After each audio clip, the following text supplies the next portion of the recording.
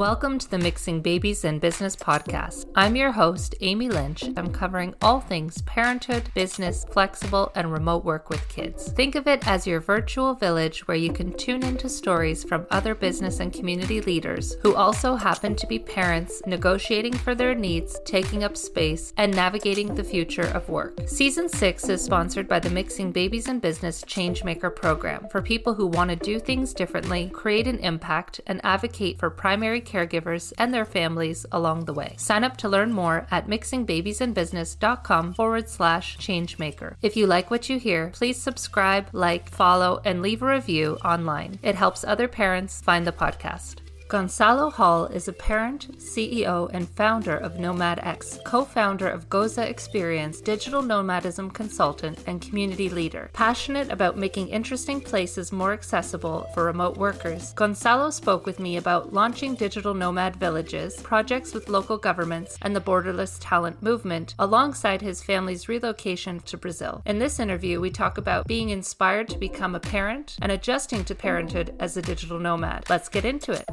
Thank you for joining me, Gonçalo. You have a special place in my heart because when I met you at Running Remote 2 years ago, you were one of the first people to speak to me at the speaker dinner. I was very nervous. I had my 4-month-old. I had just traveled on the train by myself. It was the first time doing a keynote with him. I had done speaking with my other kids, and it felt like everybody at the speaker dinner knew each other, and I was kind of like the odd stranger, and I also had my baby with me. So thank you for coming up and introducing yourself. And now I know that you have a baby as well, a little over 1 year old. Can you describe what kind of phase of your parenting life and work you're in right now? Oh, thank you so much. First, you're amazing. And yeah, I think I was getting inspired to become a father back then. And so here we are right now. So in the phase of parenting, I am in the phase where it's starting to be fun for the father. I think the first year I felt useless. Also, like my wife dropped her job. She tried to work in the beginning. It was very hard. We were both work remotely. We both traveled the world. So we decided that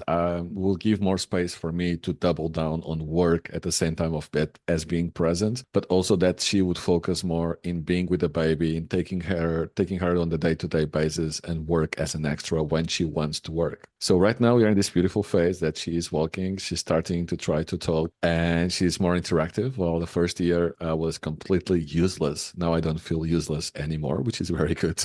And in terms of business, I'm actually starting to connect all the dots. So I have NomadX, I work with governments right now, working with Rio de Janeiro in Brazil. And it's beautiful that we can decide where to go depending on how good it is to have a baby there. So we were discussing now between Madeira, other places we want to go, and Rio just fits everything because Katrina can walk with the baby every day, go to the beach, have this very outdoor lifestyle we want to offer to the baby. I am working there with the government. I can create events there with NomadX, and I can focus on my work on the place, which is very, very good. So now I'm trying to connect all the dots, maybe even creating something for families like us in the future that connects community, families, and beautiful places. This is still somewhat in the works to understand what and how. But right now I'm in this beautiful place where I can choose where to go depending on my family needs, my family wants, and how to be happy along the way, I guess. Do you find that things have changed a bit from becoming a parent in terms of the kind of clients that you work with, or how comfortable you feel bringing your family with you to engagements? Or is it something that you find is non-negotiable and that you're just going to think from your family's perspective first of the types of organizations you want to work with?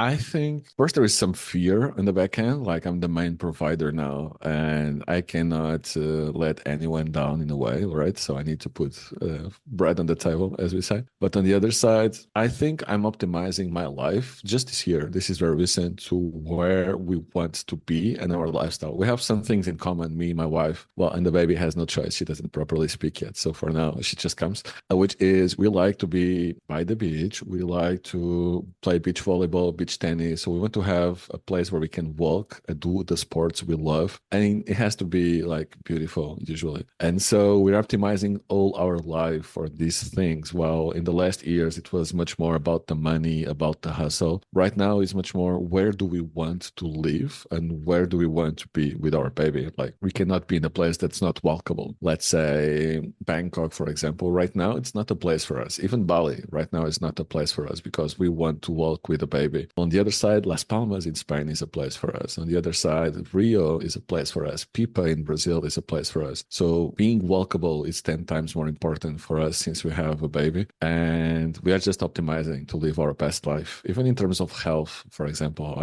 I need some things around me to be healthier. I need sports. I need beach sports specifically, and to make sure that I can be healthier while I have this entrepreneur dad's lifestyle. Yeah. So you're thinking of your values and kind of thinking of it from the other way around. You may have seen my partner at the conference 2 years ago, but my husband's from Ireland. We have 3 kids. They're dual citizens. We had our first one in England. We've lived in Australia, a few different places, gone through lots of government immigration processes. From a family perspective, we're thinking of schools, healthcare, like you say, walkability, commute time, if you are commuting anywhere, activities, all that stuff. In terms of the work that you do with NomadX and trying to attract remote workers to different places and trying to create in real life communities, how would you, I don't want to say sell us on relocating somewhere else, but how would you approach that now as a parent from your own perspective, trying to attract other remote workers that may also have families? My perspective is always very egocentric, meaning what's good for me, what's good for my family. So one of the parts, or the possible negative parts of being digital nomad with my family is we don't have as much opportunities to socialize in a natural basis. Like Carolina, my daughter, is not going to school probably, or at least that's the plan right now. We'll figure out in the future. So how can we give her the social life of the school or the social life that is needed without the need to spend there 10 hours a day or whatever kids do right now? This is very important to us. And so what we are doing first is we build a community, and the community is welcome for everyone. We have people from 65 to 20 years old, and everybody's welcome. But that is the first step. Now, as a family, we are starting to optimize as well for families. So we are making sure that there is accommodation for families, that we have on our page babysitters and other services that are needed for families. This is very, very important to us. And so the way we are just changing things is actually optimizing to us, and by optimizing to us, we optimize for families. The next step, the one I didn't give yet and I want to give, is literally creating these for families. So imagine we are launching Rio. Can I launch a place, a community, a space just for families, so that the kids can play with each other, that we create this sense of community at the same time as we belong to some bigger community? This is kind of my vision right now. I haven't built it yet. It takes a little time to design it properly. How do we take care of the kids? I'm talking with other parents like Ilma and other people to make sure we design this properly, because it needs to be very good. Again, it's whole families we are talking about. So I think we are ready to give this next step. I haven't done it yet. Right now, I just look around and see if it fits. I do events for families in Madeira, but now moving to Rio and creating more communities, we are really focusing on what can we do for families, which spaces can we create, where can we go, adding these to our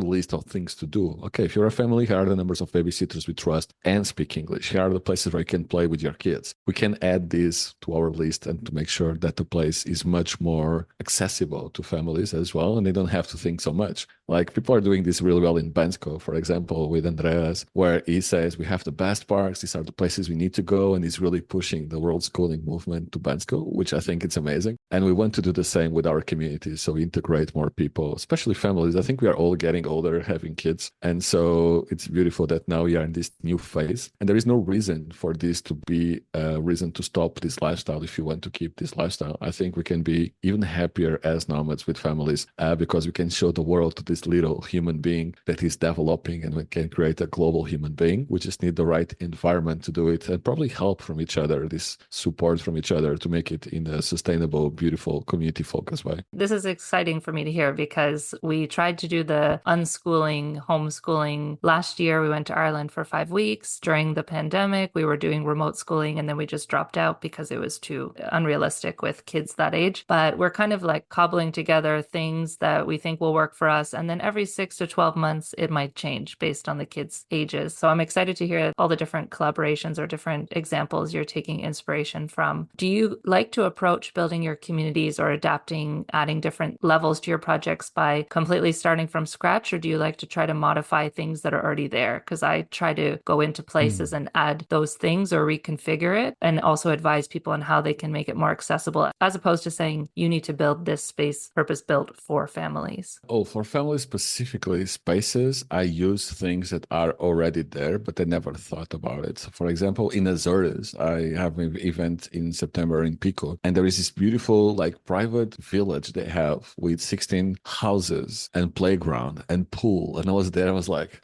this is interesting for families. We could all like rent it out, everything for 3 months and live in our village inside this bigger village that is this island in the Azores. I was like, that's very interesting. So in terms of physical spaces, I prefer something that's built, but that we can adjust for nomad families. The same for digital nomads. I prefer to get a hotel and adapt it than to try to build something from scratch because it just takes too long and the world is too fast paced. We have to keep going, right? And so I think I just put these new lenses on my glasses that says, is this place good for families? And every time I'm visiting a new hotel, a new place, I'm always thinking, oh, this would be cool. Oh, this will not work. Many co-living spaces are not adapted for families. Can we change that? It's difficult because of the spaces they use. But if we work with these private villages that are beautiful, that have nature inside built in, then it can be very, very interesting. So I think I just adjusted my lenses to actually focus on families. Again, scratching my own itch, egocentric focus. I'm building for me and for people like me, which is your case. And I have always been doing like this, but that happened because I believe that this beautiful place needs a community like the one I experienced in Bali, Thailand, etc. And now it's how it came to be. And now we want to do the same with families. I will need to build this social infrastructure for my daughter so she can be happy. And I want to help people like us along the way. Big thanks to Gonçalo for taking part of his day to speak with me about parenthood, digital nomad life, and their decision to relocate from Portugal to Rio in Brazil. Stay tuned for the next 2 episodes where we'll talk about leadership, validating your ideas, creating communities, and borderless talent. Check out his work at nomadx.com. If you enjoyed this episode, please like, subscribe, and leave a review. It helps other parents around the world find the podcast. Connect with me online and access your parent-friendly entrepreneurship, flexible, and remote work resources at mixingbabiesandbusiness.com. Thanks for listening.